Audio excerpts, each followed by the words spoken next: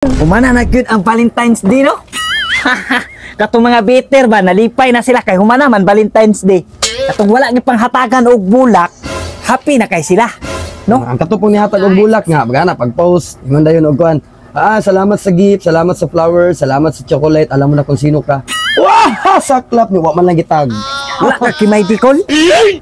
Ay, bahala sa di ko nila MID. Uya, pwede mo kol. Uy, pareha ra gyud taan ni kol ba? Kol, naku ingon sa imuha ba? Tanang pod na, pangutana na pug ka. Dili na Ting pangutana ron kay kuan ba kana? Dugo ba nimo tikay ang jud ka dia jud. Patad ko og lasto gahapon ba? Ang Nga. resulta kol, ako pa gyud ang mali. Ano mo magugut-hugot pa man pud ka chick oy? Langan no. Ano naman pug ka oy? Kung na broken ka ayo pag kuan ay kog damay-damaya diha kay wala koy labot anay mong mga kuan nimo.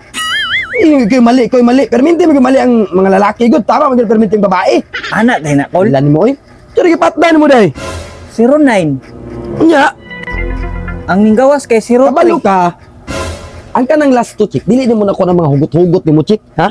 Kaya ang last to, patdan nimo, patdan ba nimo gawas na dagan man na 3 midi sa na 3 sa pansay dagan na siya 649. Pinakalas ana, mo na patdan nimo kung magawas ang imo ang number nimo.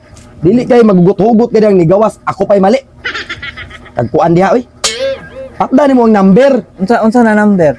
Maski kung sa patdan mo, kumuta na tog, ang pinakalas number patdan mo, ta na tog swerte sa mo ang 03, ana, o patdan mo 03.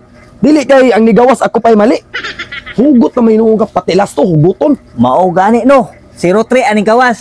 Nya, Akong gipatdan 09. So ako day ang mali kay wala ko kadaog lasto. hawa diri chick, be.